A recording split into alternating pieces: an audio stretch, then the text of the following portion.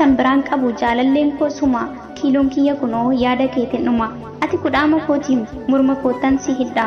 ofitti nawaami addunyaa keen fedha ammeenya kee fedhu gurri koo dhaga'u keessi koo na aara garaan nan danda'u suuraa keetan ilaala akka waan natti furu yeroof na tasgabbeessa garuu furmaan hin jiru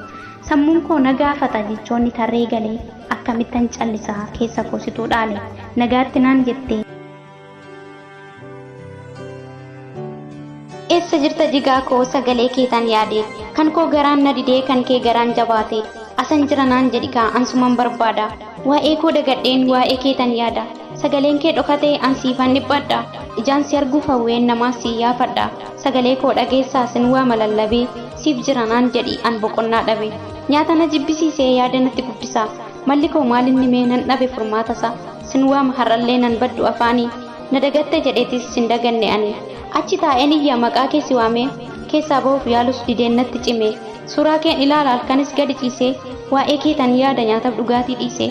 ati garaa jabaattee yoo fagaattes narraa an boqonnaa malee waa'ee keen gulaala sin obsa jedheetis si obsuu hin dandeenye callisee taa'uudhaaf sagalee keen dhageenye ati narraa fagaachuun anaaf godaannisa kanaaf an qaroo koo karaa ilaalchisa waa'een kee na dhiphisa gammaduu hin danda'u bakkuma jirtutti qilleensarraas ga'u.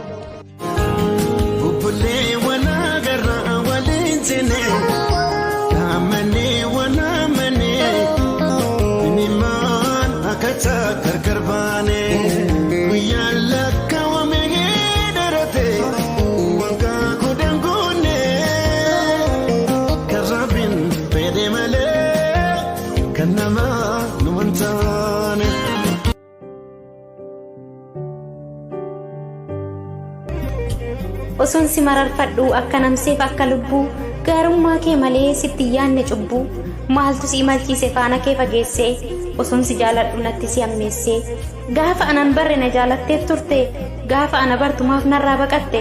an ofiif qaalidha nan qaba maqaa gaarii ati na jibbitus of hin jibbu'ani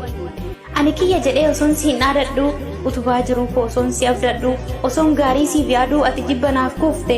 siif kufee osoon cabuu fuute qilee na buufte anaan diina taatee alagaa godhatte fira osoon kiyya jedhuu fagaatte narraa osoon hin beekinan si miidhee laata tariitti yaadee miti garuu si dhabeen jiraadhu eenyumattuun baru jaalalli kee natti hin ulfaanne of keessattan kunuunsa gaafan si yaadadhus imimmaan coccobsaa ani sirraa adda ba'ee hin jiraadhu danda'ee ati narraa adda ba'uun kee du'atsaan natti ta'e osoon si kunuunsu akka ilmoo dhabaa osoon siif dhiphadhu natti yaadde daba kottu waliin jiraan na jibba jaalalaan moone moo hiree keenya gargarii isa tokko nun goone osoon siif dhiphadhu akka haadha deessee imalli keessa ga'e naaf hin bakka geesse gaafa na biraa deemte nan deebi'a naan jettee iccitii garaa kee of keessa dhokfattee garuu osoon deebiin ati achumaan hafte anaaf dhaamsa maal dhaamte gaafa deemsaf kaate qaroon koo si eegdee har'a sala ilaalaa yoon si mufachiise dhiifama siin jedha dhiifama jaalalaa anis garaa koo kutadhee imala koo eegale nuffii takka malee baay'een si eegaa ture kaayyoof karoora koo of keessatti sakaalee ani jaalala dhugaatiif jedheen kan hunda of darare ati sobaan na jaalachuun kee amma reefu naaf gale alduree jireenyaa waliin karoorsine harcaafte karaatti erga nan deema jettee ani sin gaggeessaa beenu faana gaatti. Akkasi jaalluun silaa sirna gargaar hin ba'u seera ani si deesseera deesseera ani si deesseera akkasi jaalluun silaa sirna gargaar hin ba'u deesseera